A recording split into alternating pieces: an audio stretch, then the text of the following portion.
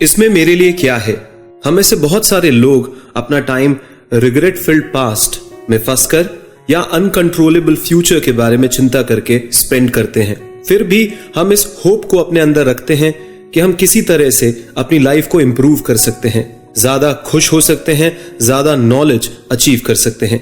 हालांकि हमें ऐसा कैसे करना चाहिए, इसका कोई क्लियर आइडिया हमारे पास नहीं होता है। तो दोस्तों, best selling book the power of now में बेस्ट सेलिंग ऑथर और रिनाउंड स्पिरिचुअल गाइड एकार्ट टोले रीडर्स को अपनी इनर लाइफ के कॉम्प्लेक्स टेरेन को पार करने और उनके पास्ट, प्रेजेंट और फ्यूचर से रिलेशनशिप को स्टेबल करने के कई मेथड्स प्रोवाइड करते हैं। टोले की प्रैक्टिकल फिलॉसफी का क्रस्ट प्रेजेंट मोमेंट में रहना है, ताकि हम उन मैक्सिमम पेन्स को अवॉइड कर सके जो हम यूजुअली एक्सपीरियंस करते हैं। इसके लिए यह बुक माइंड और सफरिंग के बीच कनेक्शन पर फोकस करती है। यह खुद को डैमेज करने वाले कई तरीकों पर different point of view offer करती है। फॉर एग्जाम्पल, अपने आप को सफरिंग की साइकिल्स में फंसाना और अपने आप को खुश रहने से रोकना, इन सारे मुद्दों पर यह किताब रोशनी डालेगी। दोस्तों, द पावर ऑफ नाउ ने लाखों लोगों को उनकी लाइफ को इंप्रूव करने में हेल्प किया है, जिसमें दूसरों के साथ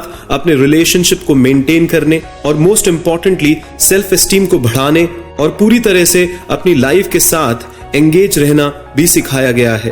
प्रेजेंट पर फोकस करके और पास्ट या फ्यूचर को इग्नोर करके आप अपनी लाइफ को ग्रेटली इंप्रूव कर सकते हैं। दोस्तों, हम में से कई लोग इनर पीस की सर्च कर रहे हैं और हमारी लाइफ को इंप्रूव करना चाहते हैं। अगर एक वर्ड में समझाया जाए तो हम एनलाइटनमेंट को ढूंढ रहे हैं, फिर भी हम नहीं जानते कि हमें कौन से स्टेप उठाने चाहिए। पहला स्टेप आपकी सोच से भी ज्यादा आसान हो सकता है। दोस्तों, हम पास्ट में और फ्यूचर में रहते हैं।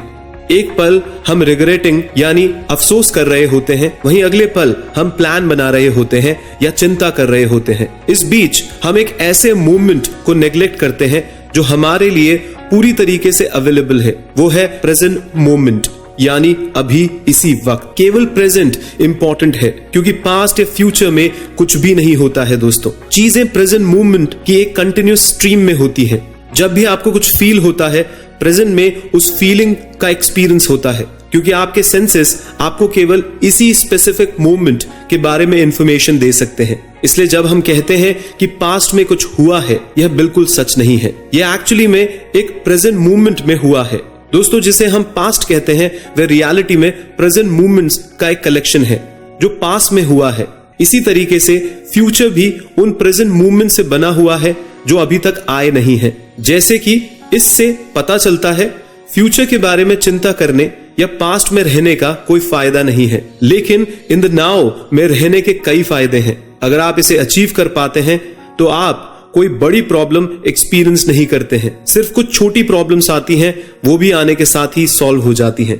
फॉर एग्जाम्पल, एक साइंटिफिक पेपर लिखने जैसा चैलेंज टास्क अक्सर अचीव करने के लिए बहुत बड़ा और कॉम्प्लिकेटेड लगता है, लेकिन अगर आप बचे हुए काम के बारे में चिंतित हैं या पास्ट में इस पर काम करने की मिस्ड अपॉर्चुनिटीज का अफसोस मना रहे हैं, तो आप कोई प्रोग्रेस नहीं कर पाएंगे। दोस्तों, लेकिन अगर आप डेटा कलेक्ट करके एक स्ट्रक्चर को डेवलप करके फर्स्ट चैप्टर लिखकर एक छोटी प्रॉब्लम के साथ दूसरी प्रॉब्लम सॉल्व करते हैं, तो आप इसे आसानी से पूरा कर पाएंगे। दोस्तों, तो प्रेजेंट में रहने की कोशिश करें, पास्ट से क्लिंज यानी चिपकना बंद करें और फ्यूचर के फियर को रोकें। दोस्तों, और आप देखेंगे कि आपकी लाइफ में ड्रामेटिकली कैसे इंप्रूवमेंट आते हैं। आपके एक पार्ट को सरवाइव करने के लिए पेन की जरूरत होती है और यह आपके एक्सपीरियंस किए गए ज्यादातर पेन को क्रिएट करता है। दोस्तों, मान ले कि आप प्रेजेंट में रहते हैं और पास्ट या फ्यूचर के बारे में परेशान नहीं होते हैं, लेकिन तब क्या होगा जब आप पेन को एक्सपीरियंस करेंगे? यदि प्रेजेंट मोमेंट में आप पेन महसूस कर रहे हैं, तो आप फिजिकल और इमोशनल सफरिंग्स दोनों से कैसे डील कर सकते हैं? आइए इसका सॉल्यूशन सुनते हैं। दोस्तों, पेन उन एक्सटर्नल थिंग्स के लिए एक सेल्फ क्रिएटेड इनर रेजिस्टेंस से ज्यादा कुछ नहीं है जो आप बदल नहीं सकते हैं। जब आप चीजों के साथ अनसैटिस्फाइड होते हैं, फिर भी उन्हें बदलने के लिए पावरफुल फील नहीं करते, तो आपको पेन का एक्सपीरियंस होता है। पेन इमोशनल लेवल पर खुद को एक नेगेटिव फीलिंग के रूप में रिप्रेजेंट करता है, क्योंकि आप पास्ट और फ्यूचर के बारे में बहुत कुछ सोचते हैं दोस्तों, लेकिन केवल प्रेजेंट में ही रह सकते हैं। इस कारण से आप कई ऐसी चीजें बदल नहीं सकते जिनसे आप अनहैप्पी हैं, और यह आपके अंदर चीजों के लिए एक इनर रेजिस्टेंस डेवलप करता है जो आपको एज अ पेन एक्सपीरियंस होता है। सेल्फ क्रिएटेड पेन का एक और एस्पेक्ट पेन बॉडी है, खुद का एक हिस्सा जो आपको पेन फील करने के लिए जरूरी है ताकि वह सरवाइव कर सके। क्योंकि पेन बॉडी आपके पेनफुल एक्सपीरियंस से ही बनी है, इसलिए जब भी आप पेन एक्सपीरियंस करते हैं तब यह बढ़ता है और स्ट्रांग हो जाता है, इसलिए आपको सैड और मिजरेबल बनाने की कोशिश करता है। दोस्तों, ये साइकिल बहुत लंबे टाइम तक जारी रह सकती है, तब तक जब तक फाइनली पेन आपके लिए एक इंपॉर्टेंट हिस्सा ना बन जाए या आप अपने पेन बॉडी से पूरी तरीके से आइडेंटिफाई ना कर लिए जाएं। क्योंकि पेन आपकी लाइफ का एक इंपॉर्टेंट हिस्सा बन चुका होगा जब आप इसे जाने देने से डरेंगे, क्योंकि ऐसा करने से आपकी खुद की आइडेंटिटी रिस्क में आ जाती है दोस्तों, और ऐसा जोखिम हम नहीं उठाना चाहते। फॉर एग्जाम्पल, जब कोई आपको परेशान या फ्रस्ट्रेट करता है और आपको गुस्सा आ रहा है तो आपकी पेन बॉडी कंट्रोल ले लेती है। एंगर आपकी सोचने की एबिलिटी को कवर कर लेता है और रैशनली एक्ट करके यह आपको और ज्यादा पेन की ओर ले जाता है, यहां तक कि हमारे को यह लगने लग जाता है कि पेन एक्सटर्नली आता है। पर दोस्तों, यह फैक्ट है कि ज्यादातर एंगर सेल्फ क्रिएटेड होता है और यह अंदर से आता है। अच्छी खबर यह है कि क्योंकि ये सेल्फ क्रिएटेड है तो आप इसके बारे में कुछ कर सकते हैं। आइए आगे सुनते हैं। ईगो आपके एंजॉयमेंट का एक हिस्सा है जो आपको खुश होने से रोकता है। क्या आपने कभी सोचा है दोस्तों कि कुछ लोग खुद को नुकसान क्यों पहुंचाते हैं? हालांकि कोई भी दुखी नहीं रहना चाहता, फिर क्यों इतने सारे लोग अनहैप्पी हैं?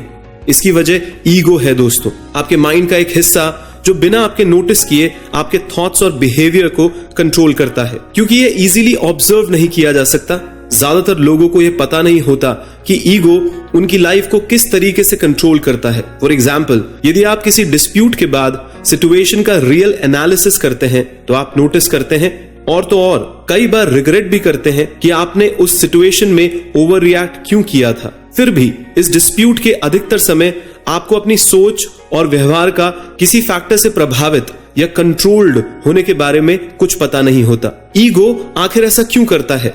आइए सुनते हैं। दोस्तों, आपके दुख पर डिपेंड करता है कि आप अपने दुख को कितना कंटिन्यूड एग्जिस्टेंस देते हैं। इसलिए यह आपके बेस्ट इंटरेस्ट्स के अगेंस्ट एक्ट करके आपकी जिंदगी के हर टर्न पर आपकी खुशी को नुकसान पहुंचाता है। इसके बावजूद कि कोई भी इंसान एक्टिवली अनहैप्पी लाइफ नहीं जीना चाहता, क्यों इतने सारे लोग अपनी लाइफ में सफर करते हैं दोस्तों? कभी आपने सोचा है ये? इस सवाल का जवाब आपके माइंड का डिस्ट्रक्टिव पार्ट दे सकता है जो दुख प्रोड्यूस करता है। फॉर एग्जाम्पल, कुछ लोग इंटेंशनली डीपली डिस्ट्रक्टिव और पेनफुल रिलेशनशिप में रहने का डिसीजन लेकर अपनी खुशी को नुकसान पहुंचा सकते हैं। अहंकार यानी ईगो आपको दूसरों के साथ कॉन्फ्लिक्ट की सिचुएशन में ले जाता है और आपको आपकी प्रेजेंट स्टेट से नाखुश बनाता है ताकि वह आपके बिहेवियर और थिंकिंग पर कंट्रोल कर सके। फॉर एग्जाम्पल, जब दो या ज्यादा ईगोज एक साथ आते हैं तो ड्रामा क्रिएट होता है दोस्तों, जैसे कि छोटे ऑफिसेस और घरों में देखा जा सकता है। जब लोग पीसफुली एक साथ रहना चाहते हैं तो उनके ईगोज उन्हें ट्रिवियलिटीज यानी कमियों की वजह से नाराज करते हैं और उनको ओवर रिएक्ट करवाते हैं। यदि आप खुद को सडनली एक छोटे से इशू पर एक वायलेंट डिबेट में पाते हैं, जैसे कि आज किसका किचन साफ करने का टर्न है या यह टेलीविजन प्रोग्राम अच्छा है कि नहीं, यह प्रोबेबली ईगो का काम है। यह सब आपका ईगो आपसे करवा रहा है दोस्तों, यह हमेशा ध्यान रखिएगा। ईगो ह्यूमन माइंड का एक डिस्ट्रक्टिव हिस्सा है। यह आपका सबसे इंपॉर्टेंट हिस्सा बनना चाहता है और यह कोई लिमिट्स नहीं जानता दोस्तों। इसलिए यदि आप इसे कंट्रोल यानी खुद पर कंट्रोल लेने देते हैं तो इससे आपको बहुत दुख होता है और होता रहेगा दोस्तों। यदि आप एक रिचर और ऑलमोस्ट पेनलेस लाइफ चाहते हैं तो अपने माइंड से अलग होकर अपनी बॉडी पर फोकस करें। दोस्तों, ईगो की फाड़ उन कई कारणों में से एक है जो आपको आपके माइंड से खुद को अलग करने और अपनी बॉडी पर ज्यादा फोकस देने की इंपॉर्टेंस को एस्टैब्लिश करती है।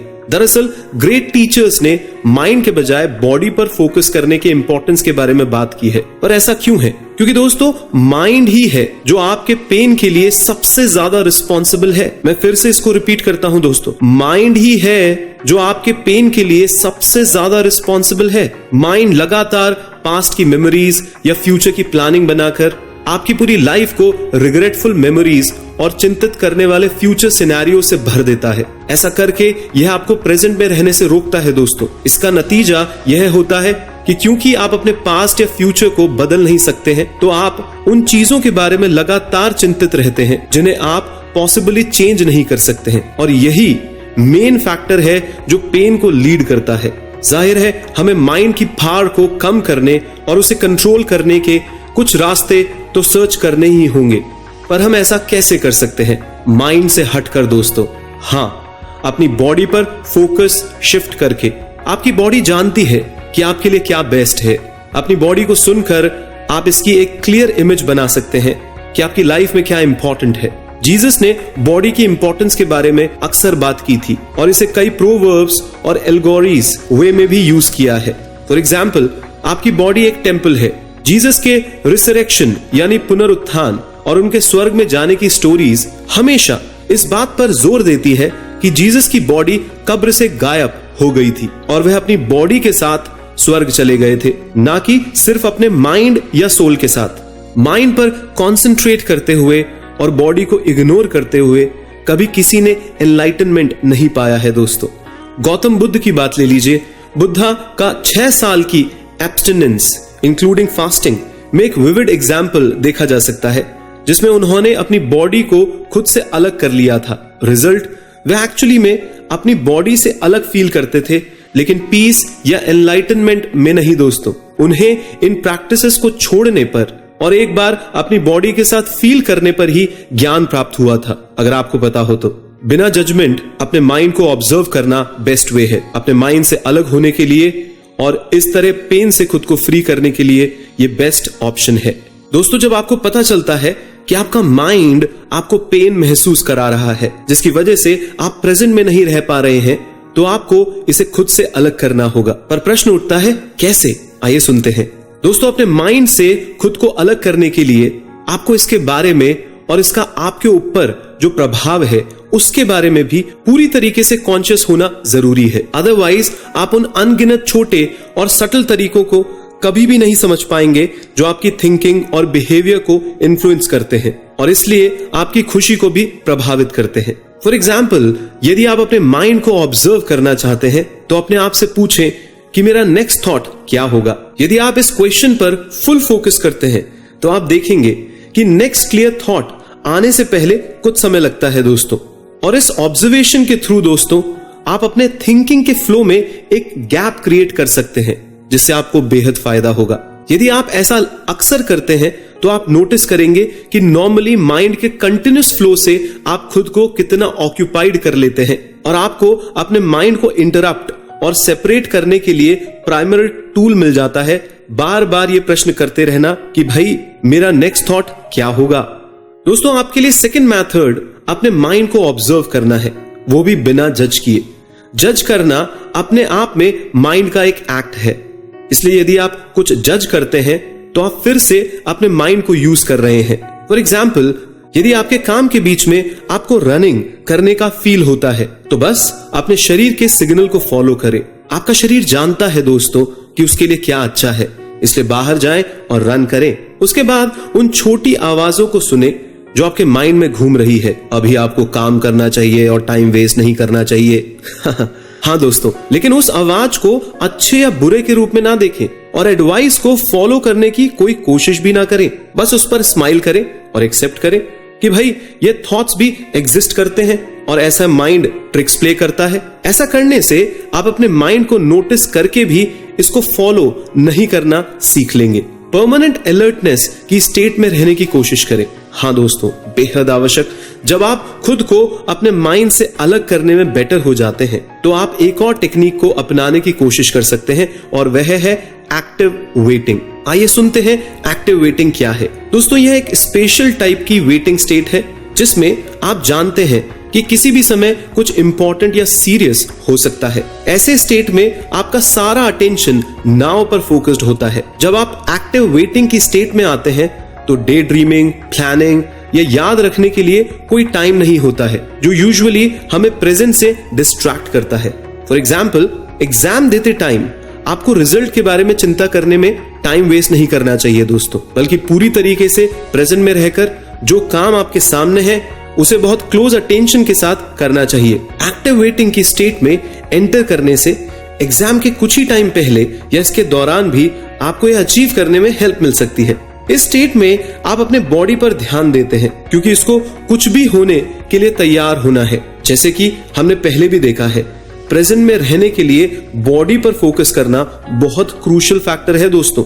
फॉर एग्जाम्पल, ज़ेन मास्टर्स अपने उन स्टूडेंट्स के पास चुपके से नजर बचाकर आते थे जिनकी आंखें बंद होती थी और फिर वेटिंग स्टूडेंट को मारने की कोशिश करते थे किसी छड़ी से। वेटिंग स्टूडेंट्स को पूरी तरीके से अपनी बॉडी पर कंसंट्रेट करने के लिए फोर्स्ड किया जाता था और इस तरीके से वे अप्रोचिंग मास्टर की छड़ी को समझने और अपने अटैक से बचने में केपेबल होते थे क्योंकि उनका मानना था कि ये वेटिंग स्टेट एक स्टूडेंट को एक अच्छी लाइफ की ओर ले जाएगी। फॉर एग्जाम्पल, जब जीसस से उनके डिसाइपल्स ने पूछा कि उन्हें एक अच्छी और पीसफुल लाइफ जीने के लिए क्या करना चाहिए, तो उन्होंने उन्हें सलाह दी कि एक नौकर की तरह रहो, एक दास की तरह, एक सर्वेंट की तरह जो मालिक की वापसी के लिए इंतजार कर रहा है। क्योंकि नौकर नहीं जानता दोस्तों कि गुरु किस समय आएगा। वह परमानेंटली अलर्ट स्टेट में रहता है। वह फ्यूचर के लिए ग्रेट प्लान्स नहीं बनाता है और अपने सराउंडिंग्स के बारे में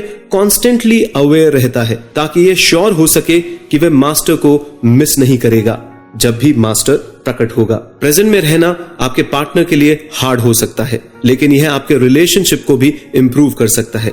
दोस्तों, प्रीवियस स्टेप्स को फॉलो करने के बाद अब आप प्रेजेंट में जी रहे हैं और अब पूरी तरीके से अपने माइंड पर डिपेंडेंट नहीं है। लेकिन ये कैसे आपके डेली रूटीन्स को चेंज कर देगा? फॉर एग्जाम्पल, आपके रिलेशनशिप को आइए सुनते हैं।